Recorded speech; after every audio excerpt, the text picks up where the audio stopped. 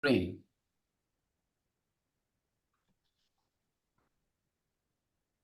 Can you all see my Yes, screen? Okay. yes, I see you. Firuzan Khanum, thank you for the Yes. introduction. And this is a topic that has been around for a while, and we have been all in the interfaith community talking about this thing. Why more and more, a larger and larger number of people are starting to say that they don't believe in religion, but they consider themselves spiritual. Why is this happening? What is the difference between being religious and being spiritual? And why should we, as Baha'is or anybody else, care about this thing? Uh, the difference, I guess, between religious is very easily defined. It is a person who is involved with the religion that has a church or a synagogue or a mosque or a building of some kind. They have a holy book, they have a prophet, a messenger, and they have certain rules and laws, and they have a clergy. They have all the things that go along with being religious. So when somebody says to me that I want to be spiritual but not religious, essentially what they're saying is, I don't want to belong to a church. I don't want to belong to any place of worship. I just want to do whatever is being done on my own. And spirituality basically says that I will make an effort to connect with the divine on my own. I will do prayers and meditations. I will take part in, uh, Sufi circles. I will be involved with the mystical movements, but I really don't want anybody telling me what it is that I believe or what it is that I should believe.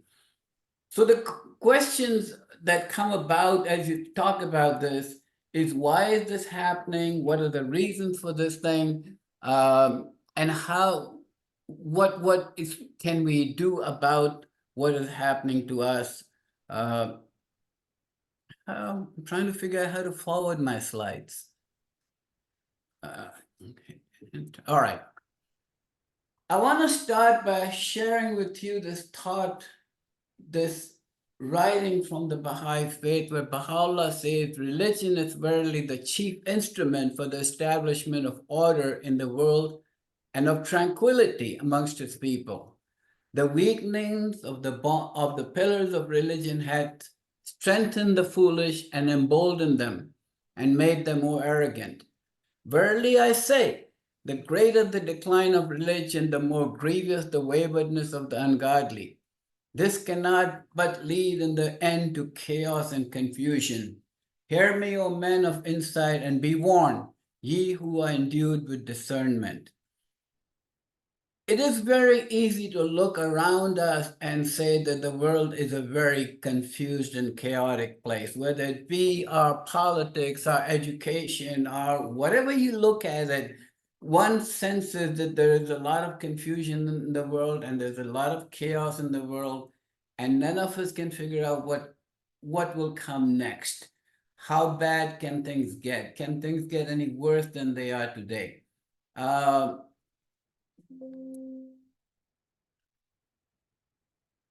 I'm going to share with you a 7-year survey that was done by Pew Research. And by the way, I had some participation in this research. I had some conversations with these people.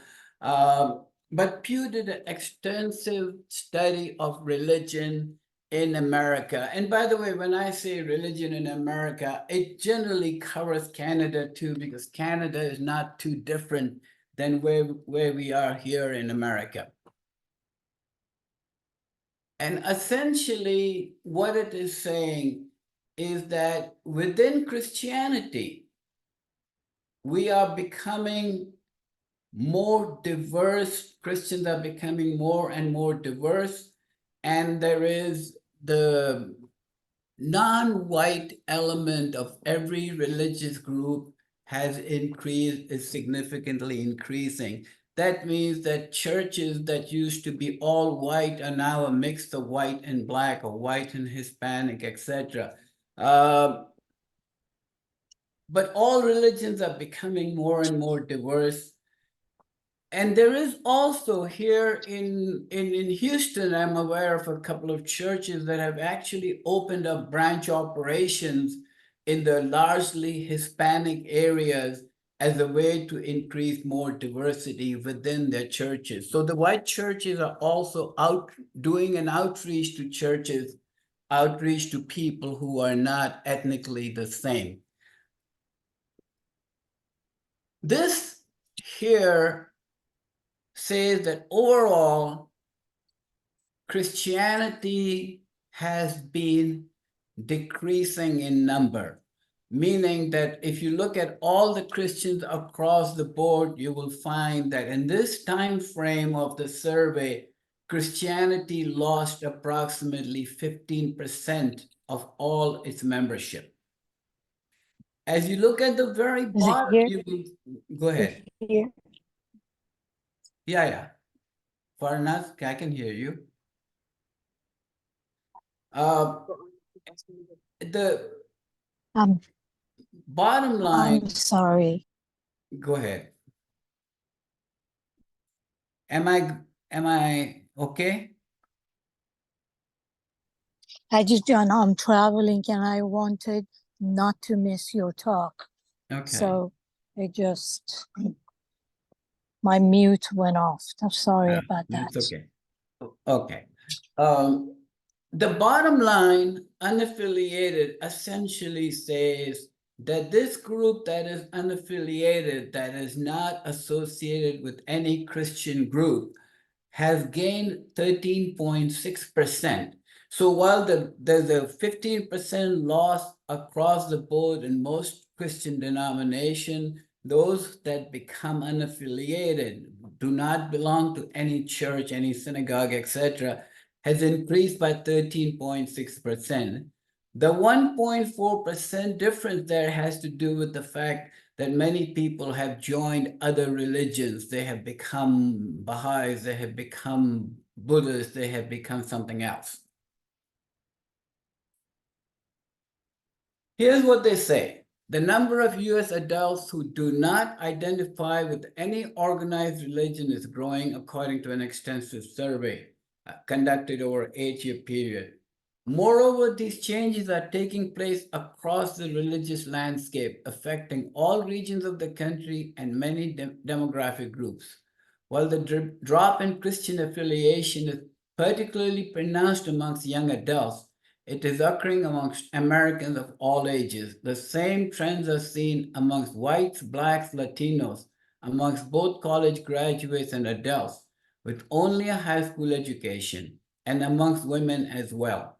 So that the number of people that are leaving religion, leaving the churches, if you will, is growing across the board in all areas. I wanted to show you this because so many of our friends are Persian, that the similar trend is happening across the board in Iran. 78% of Iranians believe in God. That means 22% of Iranians don't believe in God. There is a lot of beliefs that were Islamic beliefs, Shia Muslim beliefs that people, they don't believe in life after death, they don't believe in heaven and hell, they don't believe in much of anything. And this essentially says that 41% did not report any significant changes in their religion or non-religious beliefs, but that means that 59% believe that their religious beliefs have changed. Even though the hijab is compulsory in Iran and people are getting killed for not, women are getting killed for not covering their hair, 72% of the general population of Iran opposes the wearing of a hijab. 56% report that they do not consume alcoholic drinks. That means 44% do. And the other 9% don't drink because they can't afford it. And that's the condition in Iran. Now, I want to tell you that this thing is somewhat, this survey of Iranian religious beliefs is somewhat, there's problems with it because they only talk to people on their cell phones, calling from Europe and talking to people in Tehran and Shiraz and the big cities. They did not really talk to the villages. The other problem I find is that they mostly have talked to men, not to men and women. So this survey is likely to be somewhat skewed. Nevertheless, it is equally as true in Iran as it is in the West that people are losing their religion. And I have met some of the Persian friends who come from Iran and live in Los Angeles, Muslims, Jews, etc. They're not very religious people. They don't believe in religion at all. Now I want to play with some numbers with you. And it says that 23.8% of all people do not believe in their churches. I want to make this more, let me go back. That 23% of people have dropped between the age of 18 and older have dropped out of their churches. So that number has gone down overall from 78.4% in 2007 to 70.6%. Over the same period, the percentage of Americans who are religiously unaffiliated, describing themselves as atheist, agnostic, or nothing in particular, has jumped more than 6 points, from 16.1 to 22.8. So I'm kind of saying, okay, 23% of people who used to be Christians in our father and grandfather's generations don't believe that they're Christians anymore. So here's a number. If nothing has changed, that 23% of all Americans do not believe in religion, and the population of America is 332 million in the year 2022. That means there are 210 million of those are adults. So approximately 48.4% or 48.4 million are in the category of non-religious or nuns. It is estimated that nuns is comprised of atheists who don't believe in God and spiritual who do believe in God. That's 83% of 40 million people in America believe in God, believe in spirituality, believe in a higher authority, but don't consider themselves religious. And I think of these people, this 40 million people in America, as potentially people who are unhappy with their churches, unhappy with the synagogues and mosques, etc. And even though they can classify themselves as non-religious, whenever I talk to someone who says they're non-religious, I get the sense that they are seekers. They're truly looking for something. They just haven't found it yet. They were unable to find it in their old place of worship, but they're still looking for a religion that meets their requirements and fulfills their spiritual needs.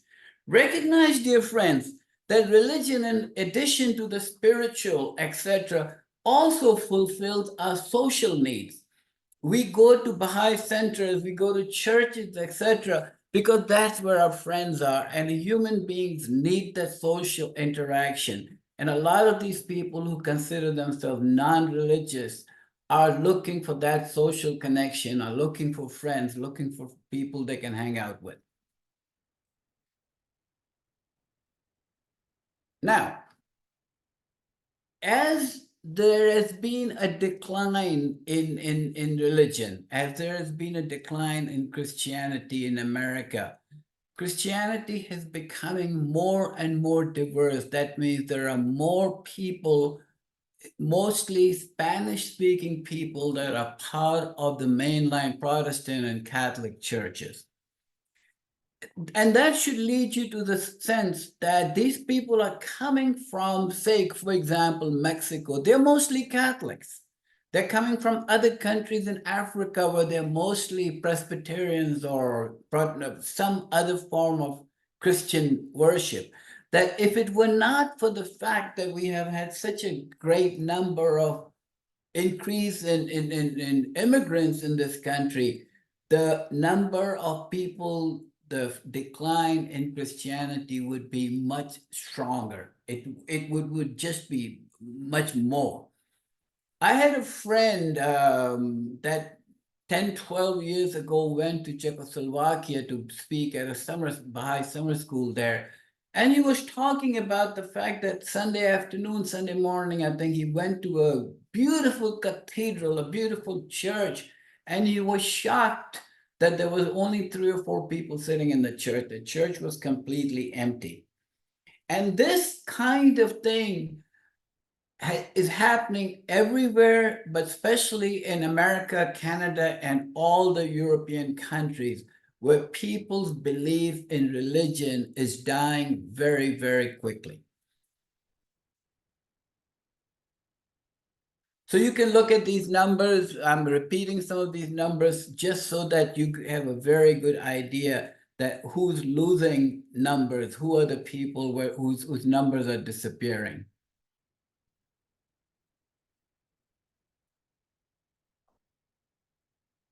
This indicates, this is a new chart from 20 up to 20, this was published in 2021, but it says that the number of youth, the younger 18 to 29-year-olds that are leaving religion in great numbers is increasing significantly. That is, the youth are not believing in religion.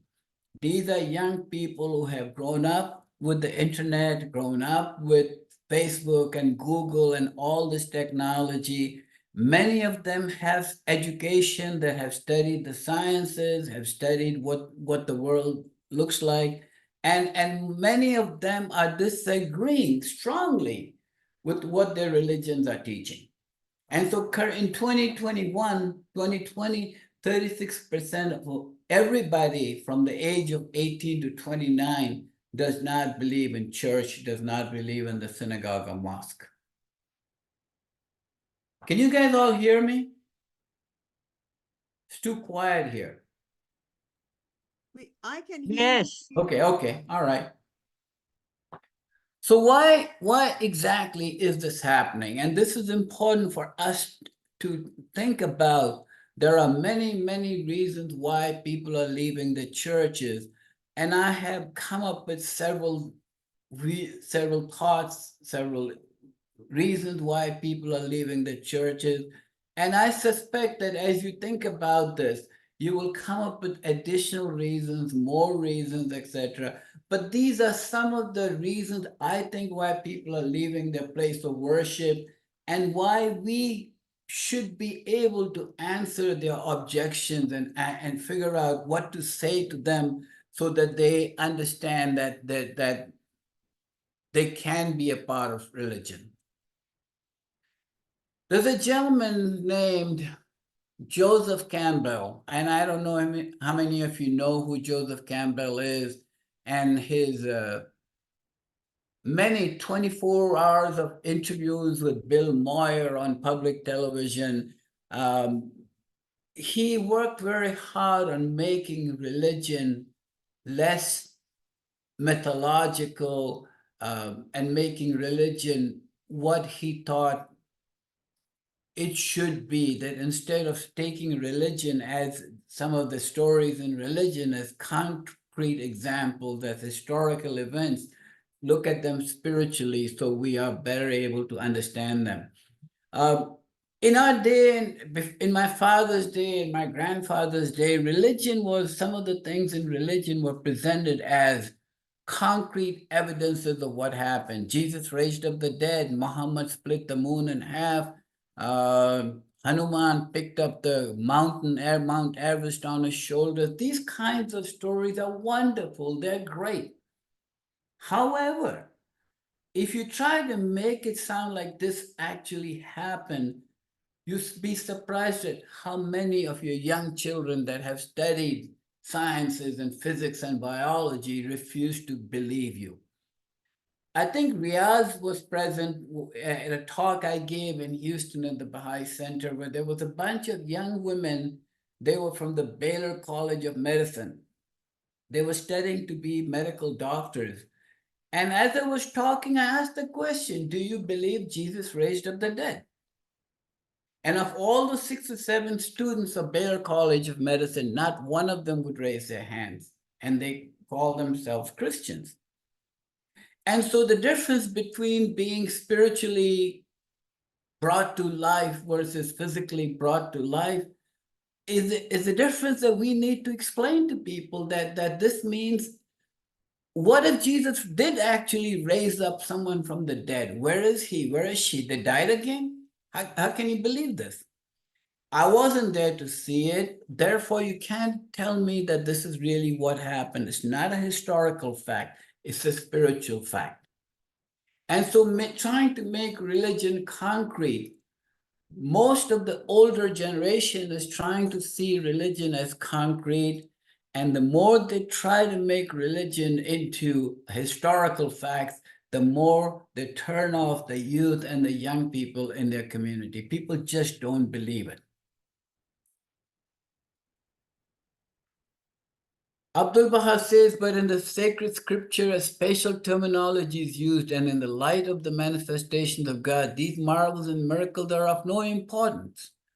They do not even wish them to be mentioned, for even if these miracles were considered the greatest of proofs, they would constitute a clear evidence only for those who were present when they took place, not for those who were absent. So the fact that we want to tell everybody that you should be a Jew or a Christian or a Muslim because our guy did such wonderful things, nobody buys them. Nobody believes them. I mean, you guys know all about the religious scandals. They have happened across the board in every faith, every religion. They have happened in Christianity, Islam, they keep happening again and again.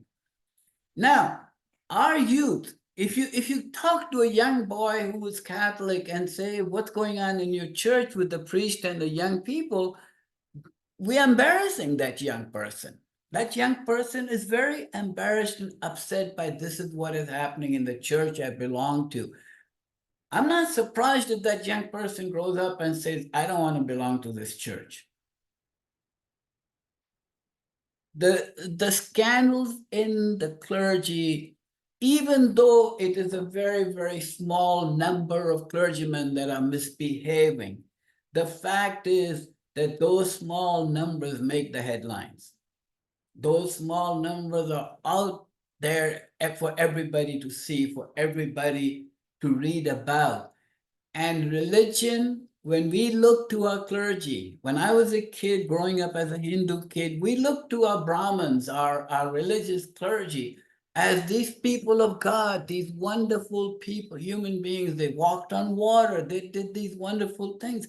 But when you hear about their behavior, and it becomes public knowledge, and people laugh at you about your religion, you don't want to be a part of that religion.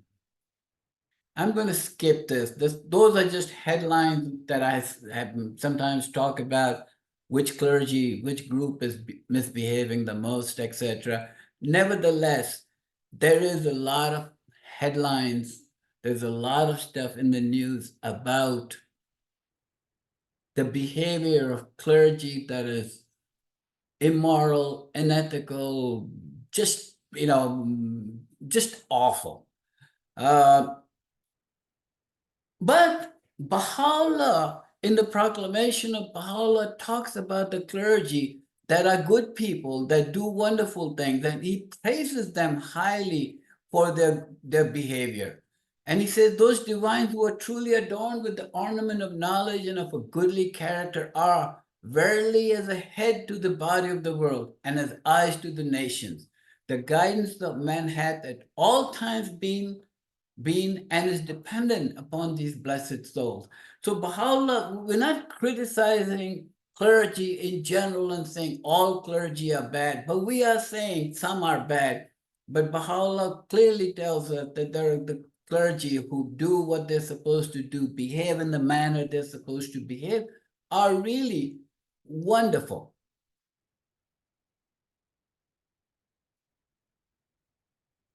From my point of view, from my perspective, dear friends, I want to be able to promote that in this day of universal education, we don't need clergy, that we are responsible for our own spiritual growth, and independent investigation is the order of the day.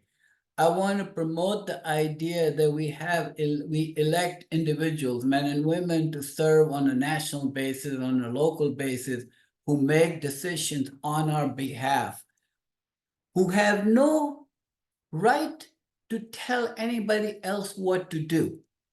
They have no right to look at, for me to look at a holy scripture. I can read the holy scripture myself, and the view and the opinion of some individual who's an assembly member is no better than my own opinion.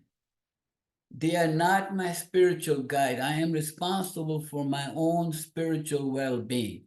And this is the idea that I must, as a Baha'i, promote, the idea that in this day of universal, almost universal education, there is no need for us to have a clergy.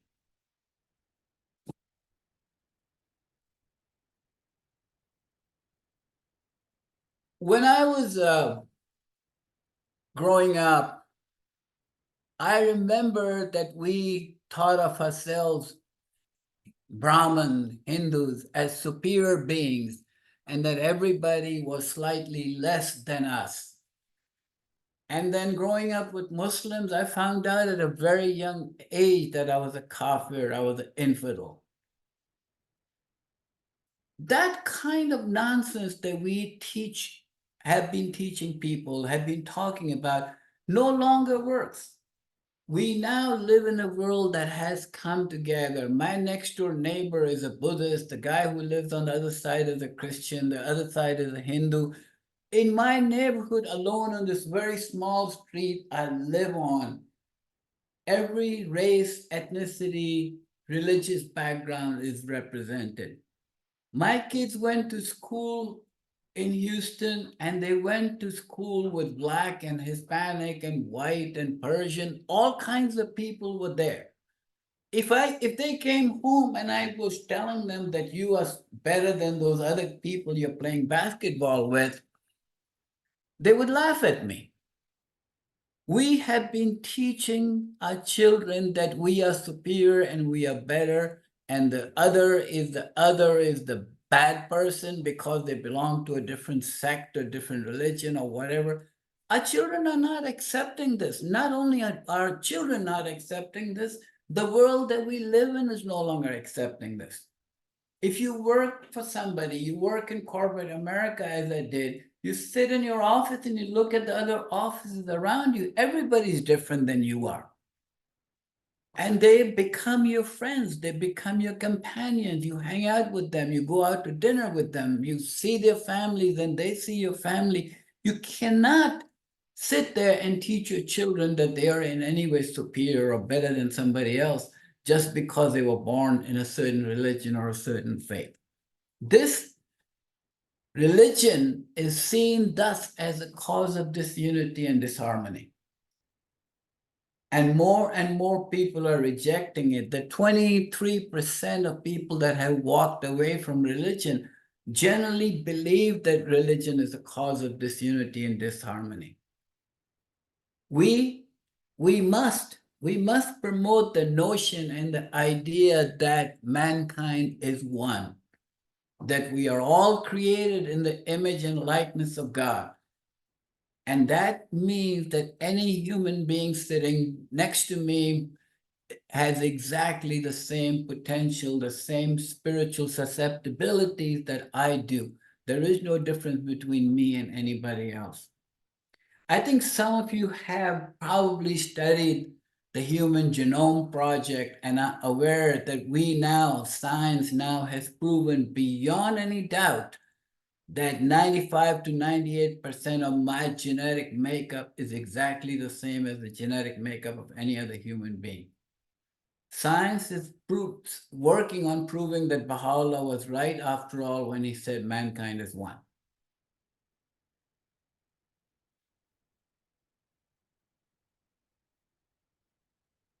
This is really obvious, friends. In a day of general common education where men and women are educated, where women can accomplish as much as any man can and have accomplished as much as any man can today, for religion to say that women are inferior to men is just nonsense. It is nonsense and it is provably false. Women are not inferior. They're different, but they're not inferior to man.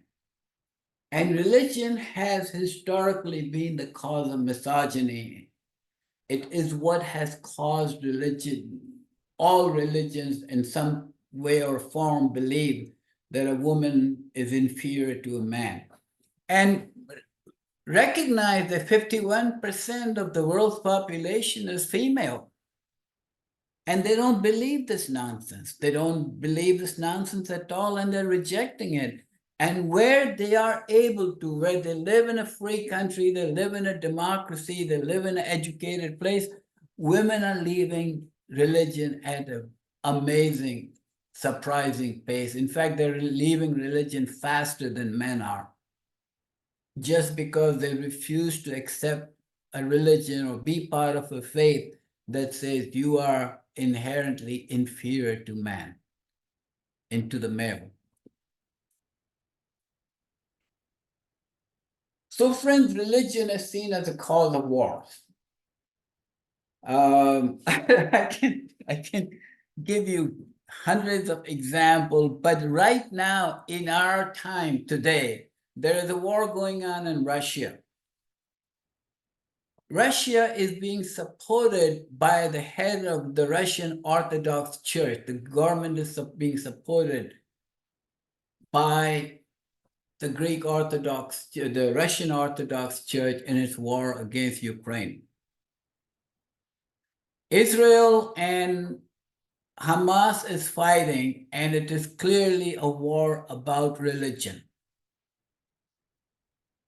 How can anybody of sane mind stand up and say, I belong to a religion which is the religion of peace, or I belong to a religion which is the religion of love?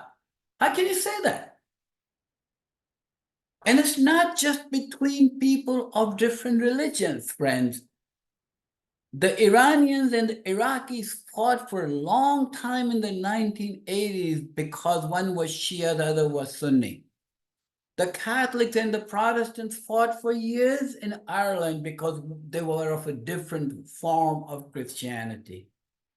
How can you say that Jesus, the main teaching of Jesus, His Holiness Jesus, is love? How can you justify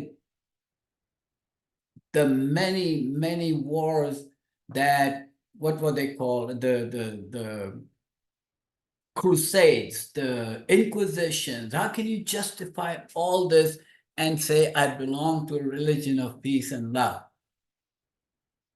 And when you talk to the younger generation who believe that war is wrong, war should not happen, we should make peace, etc., but as Christians or Muslims, it is okay to come and do the jihad and kill everybody who doesn't believe the way we do. How can they believe in your religion?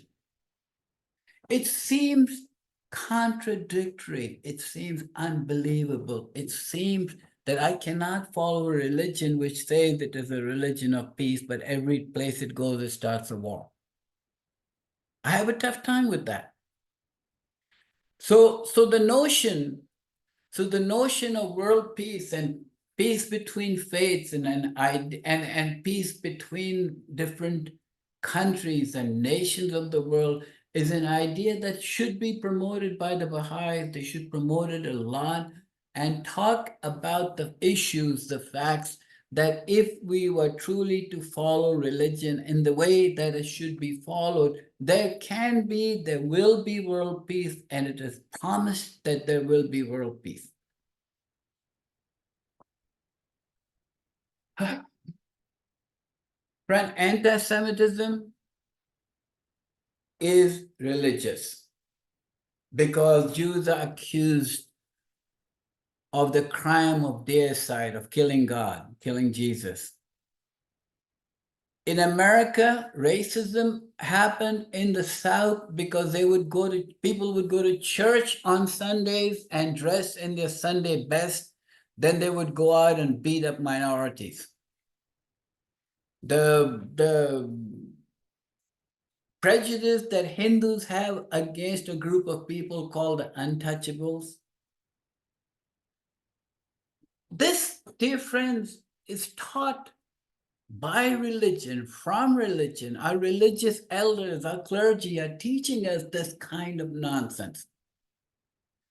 In Austin, about a year and a half ago, there was a young fellow who started a fire at a synagogue. Of course, he not a very smart young fellow, because he started the fire and they had him on camera because the synagogue was covered by a security system. They had him on camera trying to start a fire, and he did cause some damage, probably $500,000 worth of damage. He burnt the beautiful, wonderful door. They had a huge 24-foot door that he burnt down. But he was caught. Within a day, they had him. I mean, his car license plate was on camera, his face was on camera, they caught him. And it turns out that he's 18 years old. How can an 18-year-old have such hate, such dislike for a group of people that he doesn't know at all, that he is willing to start a fire at a synagogue? Where does this come from? We are teaching this. The guy, maybe he learned it online, I don't know. But the fact remains that this kind of hatred, this kind of prejudice is being taught. There are many religions that are still teaching this kind of prejudice. There are terms used like kafir by the Muslims, infidel or whatever, heathen by the Christians. I mean, all these kind of words, where do they come from? They're coming from our churches, our synagogues, our mosques. And we have to know that religion has to drop all of its prejudices, all of its biases, and work on promoting and creating the idea of the oneness of mankind. And this is the idea that we must, as Baha'is, promote a lot. Mankind is one. Our belief systems vary from person to person, from group to group. Nevertheless, I am willing to die for my faith. There is nobody that I'm willing to kill for my faith.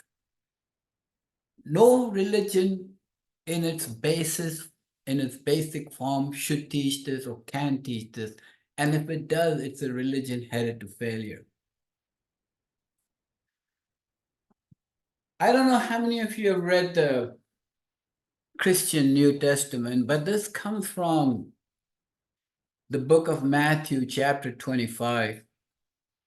And it is the group of people supposedly talking to the king, meaning Jesus.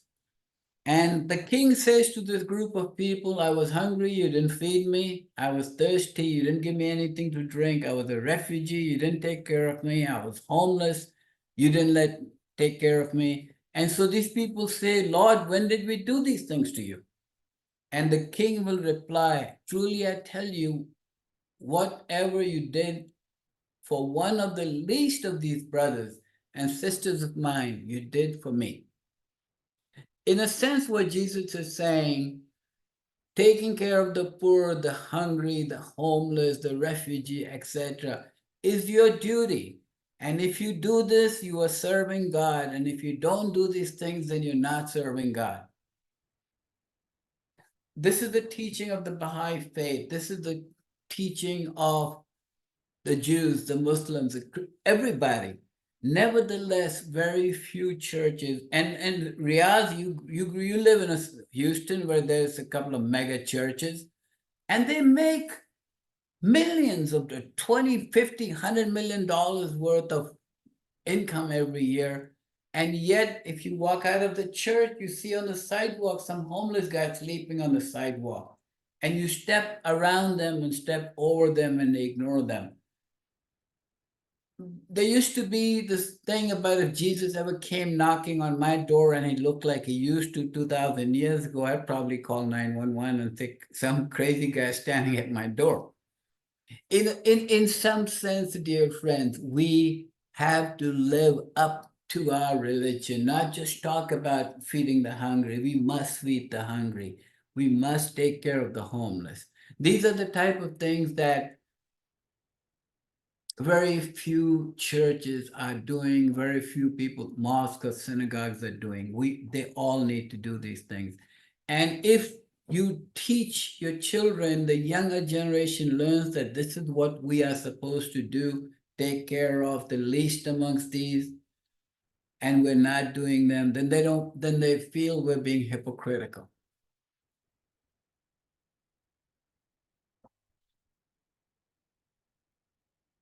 Baha'u'llah tells us the prophets of God should be regarded as physicians whose task is to foster the well-being of the world and its people, that through the spirit of oneness they may heal the sickness of a divided humanity. So the prophets of God, whatever teachings they give us, whatever they have told us, etc., they come to bring unity, they come to bring oneness. And that's the focus that all religions should have. And if they don't have this kind of focus, then people are just, and I want to end up on this that I started with.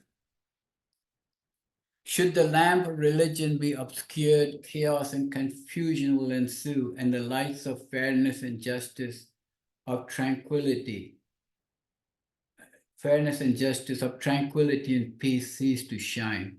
Unto this will bear witness every man of true understanding. And that's what Baha'u'llah tells us, that we now live in a time and a place where religion is not effective, religion is not working. And in some sense, the example I'd like to share with you is the example of going to a doctor who gives me a bottle of medicine and puts an expiration date on it. And when we arrive at that expiration date, that medicine stops healing me, stops working for me. It has no use to me anymore. And I take that bottle of medicine and I put it on the shelf and say, nah, I might go to the doctor and get a new prescription, but the old prescription is certainly not working. And at this point, we must, as we look at the religious landscape in America and all over the world, we must come to this notion, this conclusion, that religion as it existed did a lot of good in the past, and perhaps it has arrived at a date, an expiration date, and it's no longer working. And we have to move on and then find other things. And Shukri Effendi tells us that religion, as in the past, is still the world's sole hope, but not that form of religion which ecclesiastical leaders strive vainly to preach. Divorced from true religion, morals lose their effectiveness and cease to guide and control man's individual and social life.